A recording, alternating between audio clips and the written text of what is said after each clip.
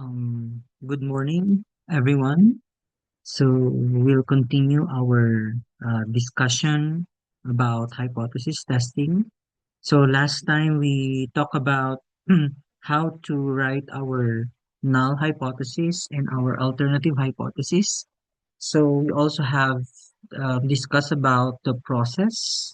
Okay, so we're done with organizing and collecting our sample data for our testing of hypothesis.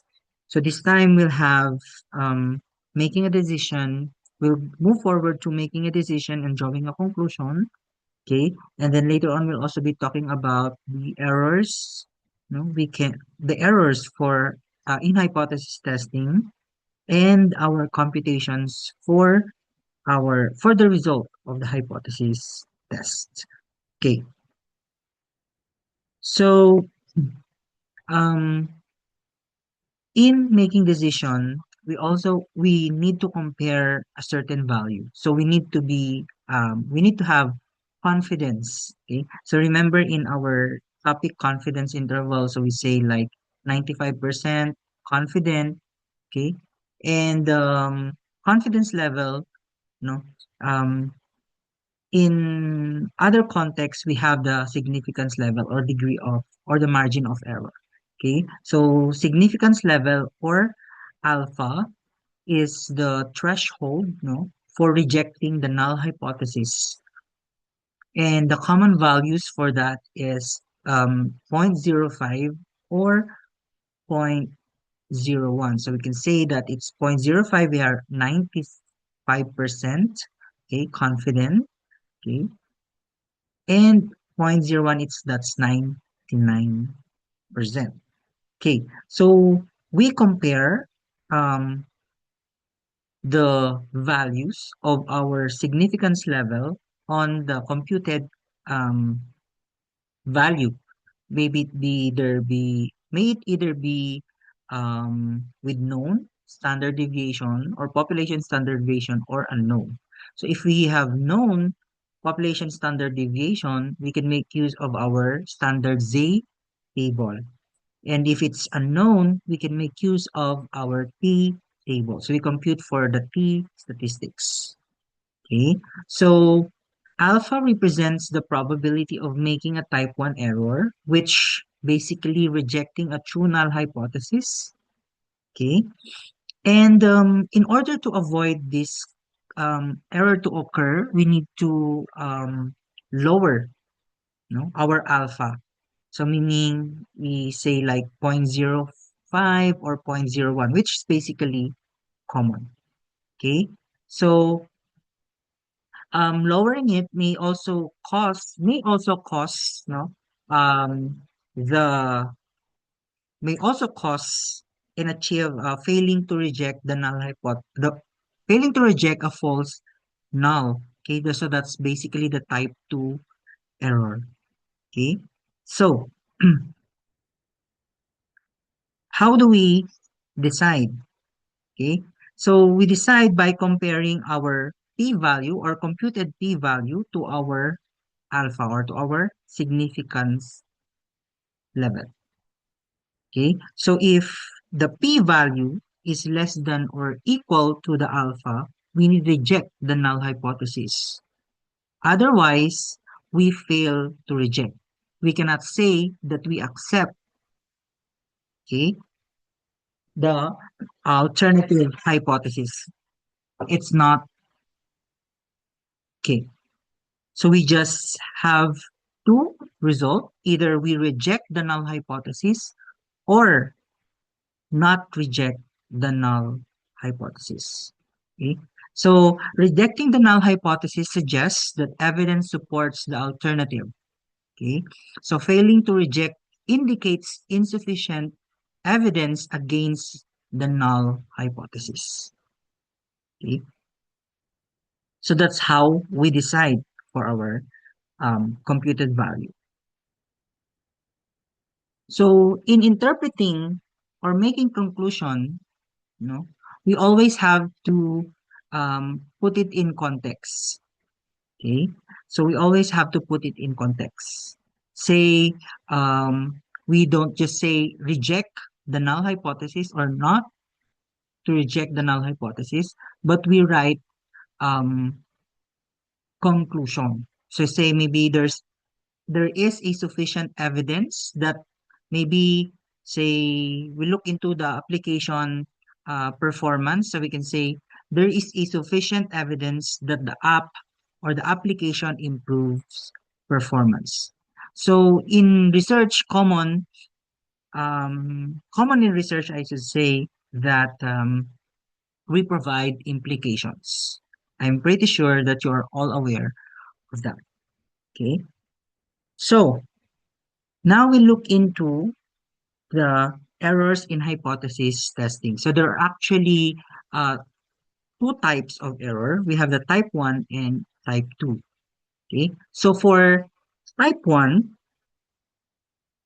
okay, type 1 error. So when we perform a hypothesis, basically there are four possible outcomes depending on the actual truth or falseness of the null hypothesis when and the decision to reject or not the null hypothesis. So ideally, the hypothesis test should tell us to not reject the null hypothesis when the null hypothesis is true, okay, and reject the null hypothesis when the null hypothesis is false.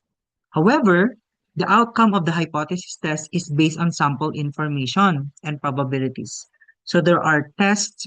So the hypothesis test, no, is so there's a chance that the hypothesis test does not correctly identify the truth or the falseness of the null hypothesis. Okay, so let's speak about type 1 error.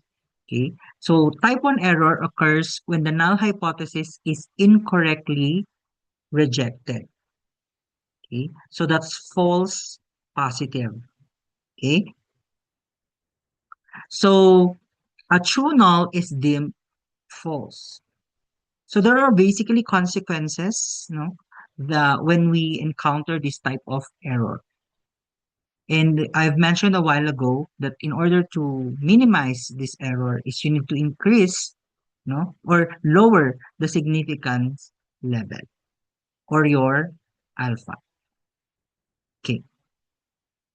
So for the type 2 error, on the other hand, this occurs, no, when the null hypothesis is incorrectly not rejected.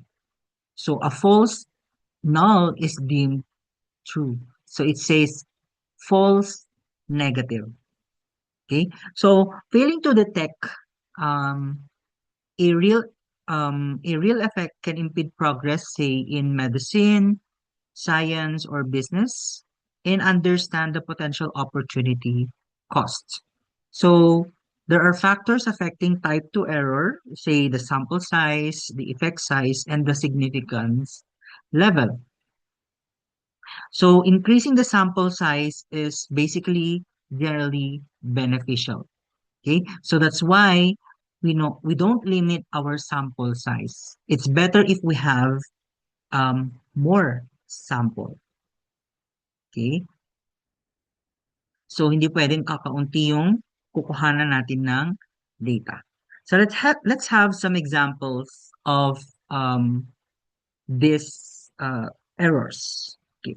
So an intrusion detection system is used to detect unauthorized access attempts to a network.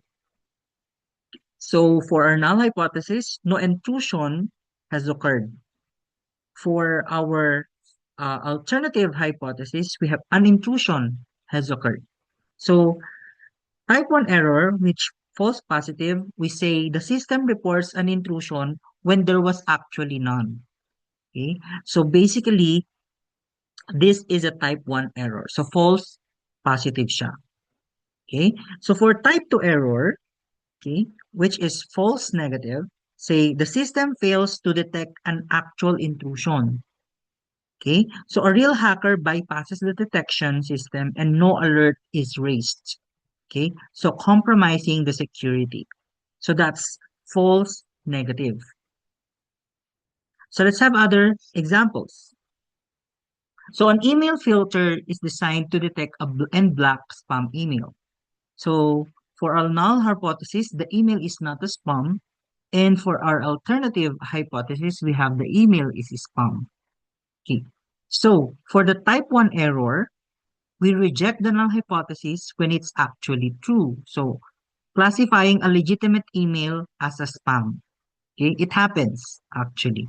That's why um, we report not as spam. We report as a spam or we report not as a spam. Okay, of course, our systems are not perfect. So type 2 error, false positive, a false negative, I should say, fail to reject the null hypothesis when it's actually false. So classifying a spam email as legitimate. Okay. So these are some of the examples of errors, yung false positive and false negative. Okay. So again, for the type 1 error, we reject the null hypothesis when it is actually true. Type 2 error occurs when we fail to reject the null hypothesis when it is actually false. Okay. So it's time for you to work on and writing the description of type 1 and type 2 error. Okay, so you have to describe the type 1 error and type 2 error in your own words. Okay, so you'll have to submit this in our MVLE course. So I'll be creating basically a submission link for this specific um, exercise. Okay,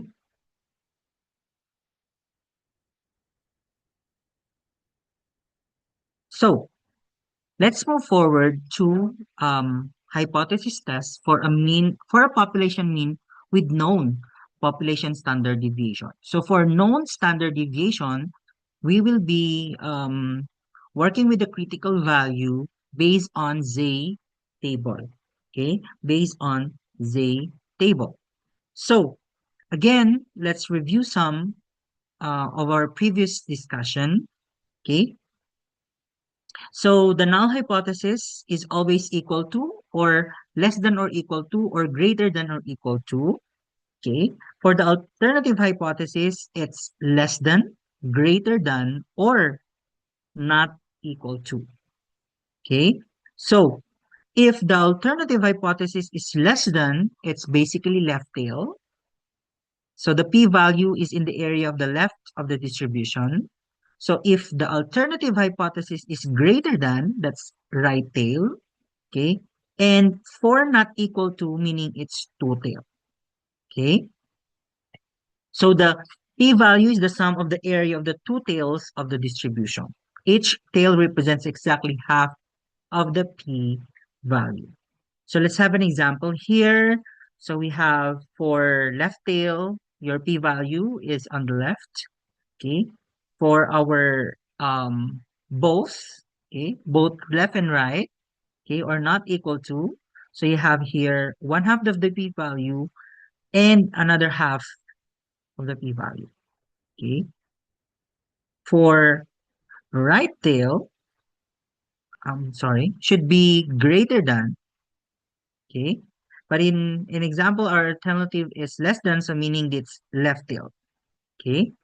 So again, as mentioned, your critical value or the significance level will be based on Z table if we have a known standard population standard deviation.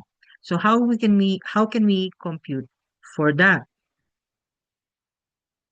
So um, if our significance level is if our alpha is equal to sorry, 0.05, okay, if our alpha is equal to 0.05, basically, if we compute for that, it's basically 1 minus 0.05, that's 95% or 0.95, right? So we look into our Z table and look into 0.95. Okay, 0.95. So here you can see you have 94.94.94. You have here 0.9505, but it's not actually 0.9505. So to compute for 0.95, you can get the these two values. Okay. So that's 1.64 plus 1.65, okay, divided by 2. So you get I'm sorry, you'll get, wala kasi yung aking pen. So you'll get 1.645. So this is now your critical value, okay? Which you need to compare later on, no, with your computed P value, okay? With your computed P value, right? So if you have 0.01, so that's basically 0.99. So you look again into our Z table, okay? So you look for 0.99. So basically, you have 0.9898 and 0.9901. So you can compute for these two values. Okay. So no, to verify, allow me to show you an online computation for a specific critical value. Okay. So let's have an example here. So you can see how you can select for the Z standard normal. Okay. You can say if it's right-tailed with 0.05, you'll have 1.645. So if it's two-tailed, you have your critical value is positive, plus minus 1.69, 1.96. So you look into 1.96. Okay. So for left, you have negative 1.645. So again, if it's left-tailed, it's negative 1.645. And if right-tailed, it should be positive. Again, kapag left, it should be negative. Pag right, it should be positive. Okay, so alalahanin nyo yan. So let's continue with our discussion.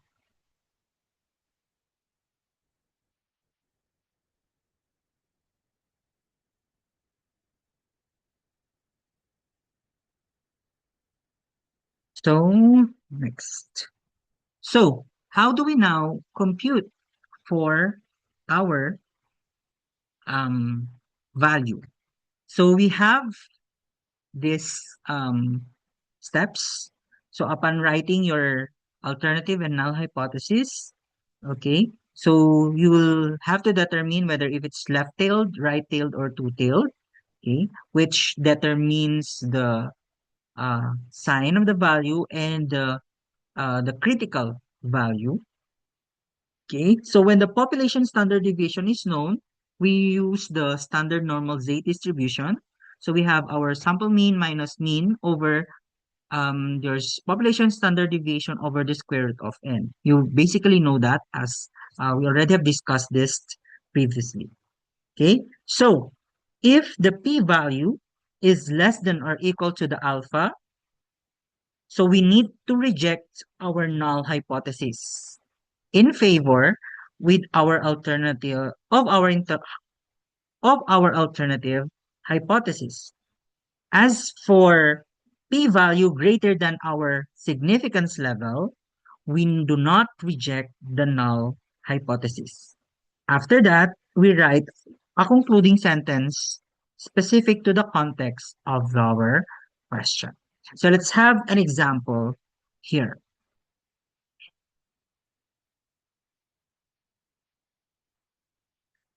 A company believes that a new productivity app increases the average employee output. So okay, they test employees before and after using the application. So the average increase is 18 units with a known population standard deviation of 10 units. Test the claim at a 0.05 significance level that the app increases productivity. Okay, so our uh, null hypothesis is our mean, okay, is less than or equal to 0 or no increase, and mean of greater than 0. So there's an increase in productivity. So we look into uh, the test type. It's actually right-tailed because we have greater than. Okay, we have greater than. So let's compute for the statistics then. Okay, so we have they is equal to mean minus the mean of the alternative hypothesis, okay, over your standard deviation of the population over the square root of n. So we have 18 minus 0, okay, no increase, okay, over 10, okay, that's the standard deviation over the square root of 30.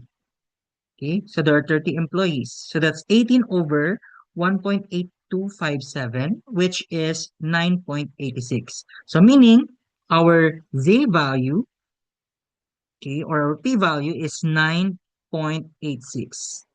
We know that our critical value is 1.645 based on 0.05. So, pinakita ko na kung paano na-compute itong 1.645 a while ago. So, let's look into and compare the values. So, our Z is 9.86, which is greater than 1.645. Again, if it's greater than, we reject the null hypothesis. Okay? So, balik tayo doon.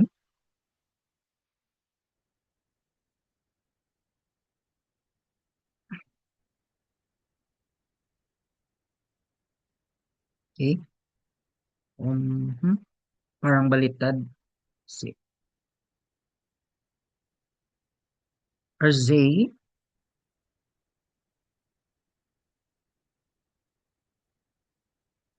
yeah, in favor of our alternative hypothesis. Okay?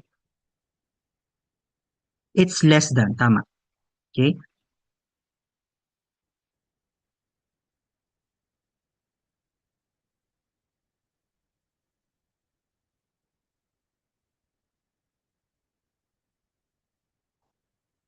Hmm. O, parang mali itong ating representation. Going back, if the p-value is less than or equal to the alpha, meaning we reject the null hypothesis, the results of the sample data are not significant. If the p-value, we're speaking about the p-value here. Sorry. So the p-value is the area in the corresponding tail of the normal distribution. Okay. So this is just the z. Okay. Ayan. So we reject the null hypothesis. Okay. So there's a strong evidence that the app significantly increases the productivity. Okay.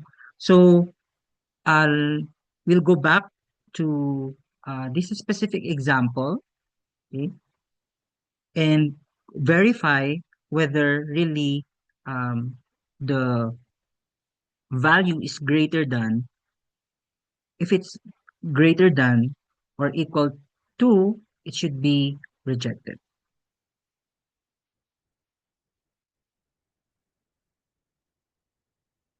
I'm sorry, tama. Mali lang yung pagkakaano dito. Okay. So our alpha or critical value is 1.645. Okay. So um that's how it is. Okay. So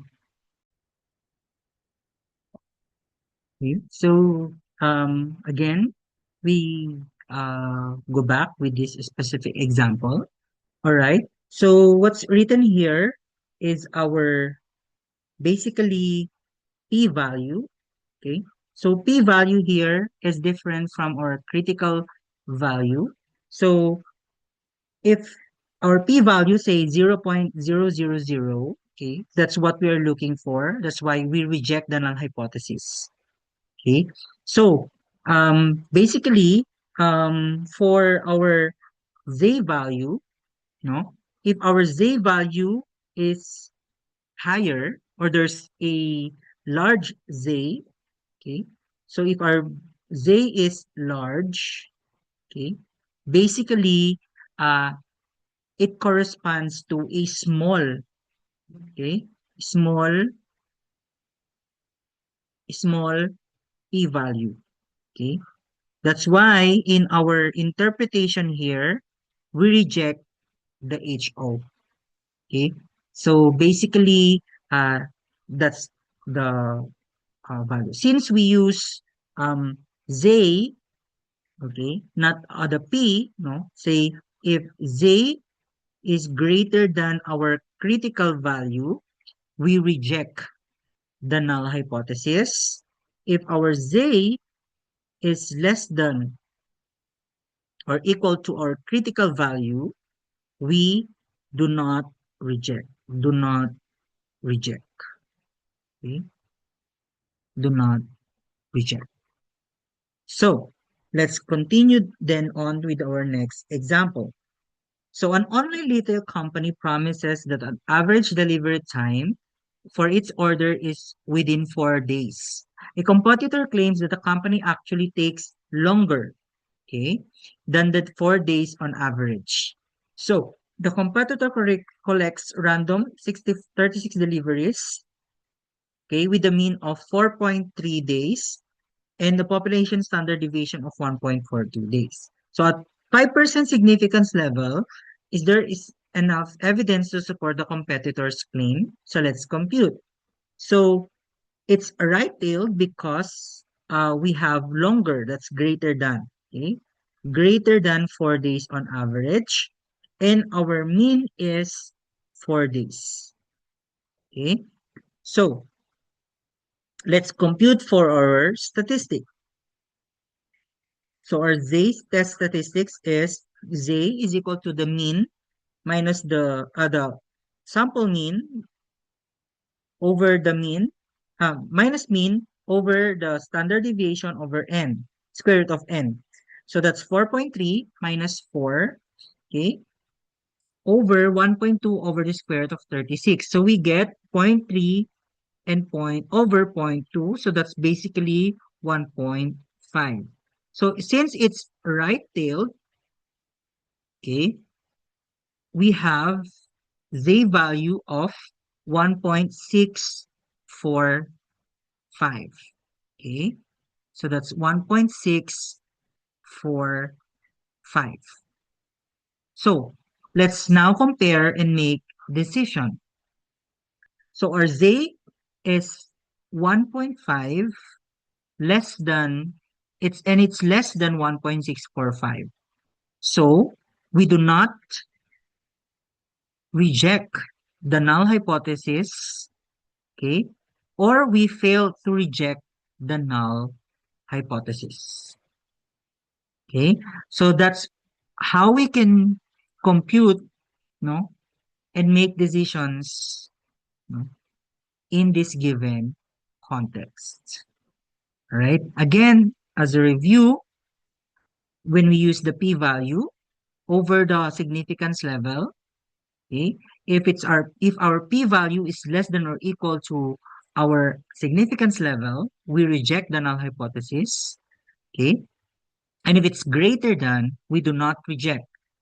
But since we're using the Z statistic or the Z table, which is basically a large Z value, meaning there's a small p value, so we reject the null hypothesis. If it's less than, no, we do not reject, okay, or we fail to reject the null hypothesis. Okay, so here's your exercise. Again, I'll be creating a submission link in our MVLE course for this specific exercise. So let's move forward to our last topic, to our hypothesis testing, and that's hypothesis tests for a population mean with a known population standard deviation. So if it's unknown, we'll use the T statistics here.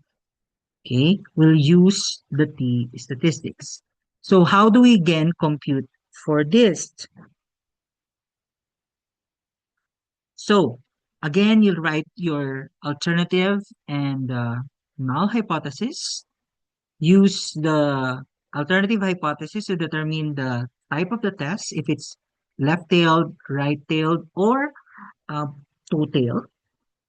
So you determine the significance level, and if it's unknown, again, if it's unknown standard deviation, you use the T statistics. So how to compute that? So T is equal to um, the sample mean minus the mean, okay, or the population mean over your standard deviation for the sample, okay, over square root of n, okay. The same process. If it's the p-value is less than the alpha, we reject the null hypothesis. If the p-value is greater than alpha, we um, do not reject the null hypothesis. Okay. The same is true if our t statistics is greater than, we reject the null hypothesis. Reject. If our t is less than, not reject. Okay. Not reject. So let's have an example. So for our t table, here you have a reference.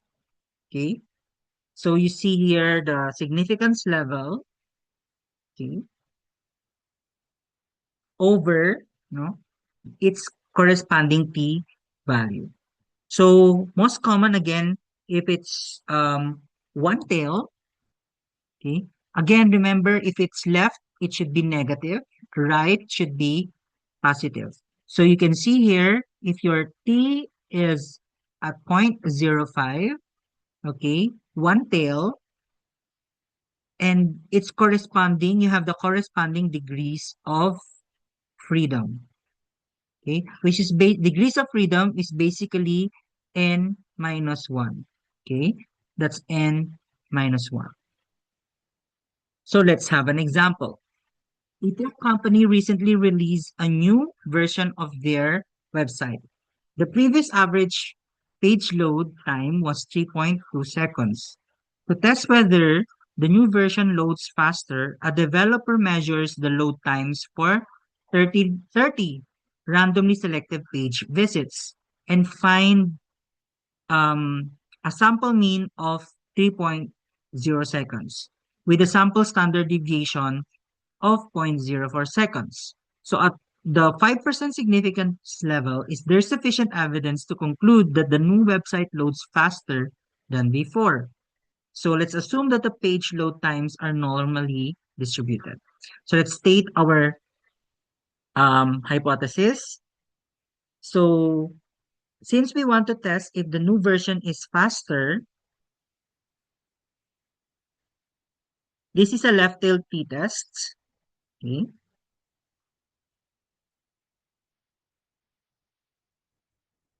Okay.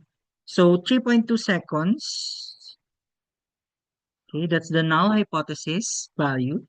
And for our alternative hypothesis is since previous slope is 3.2 seconds. So since um, new version is faster, we cannot say it's greater than because we are comparing with this one. Okay, so let's have the values. Okay, so we have here our given. Okay, so we have again for the degrees of freedom that's n minus 1. So since there are 30 participants or sample, so you have 29 as degrees of freedom.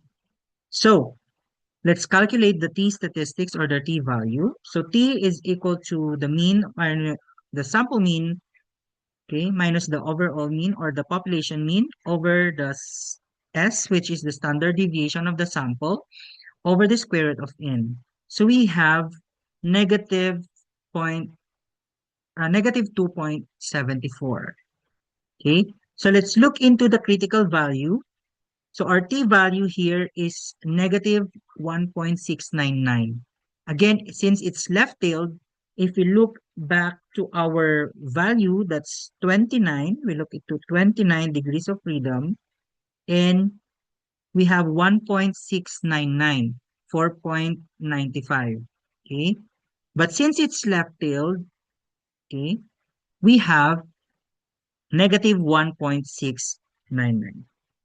So computed t-value is negative 2.74, which is less than the critical value of negative 1.699. So we reject the null hypothesis.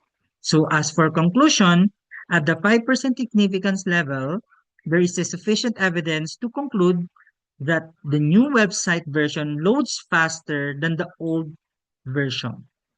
Okay,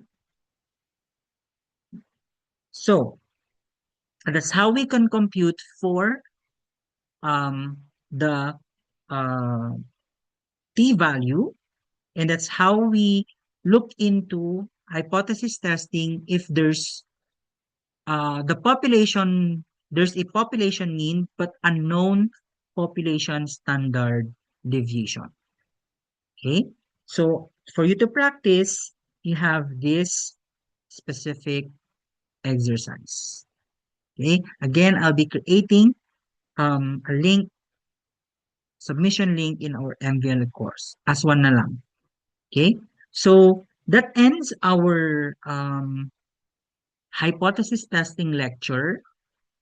Okay, if you have clarifications later on, just feel free to message that question or address that question to our GC so I can answer. All right, so that ends our hypothesis testing lecture. Good day, everyone.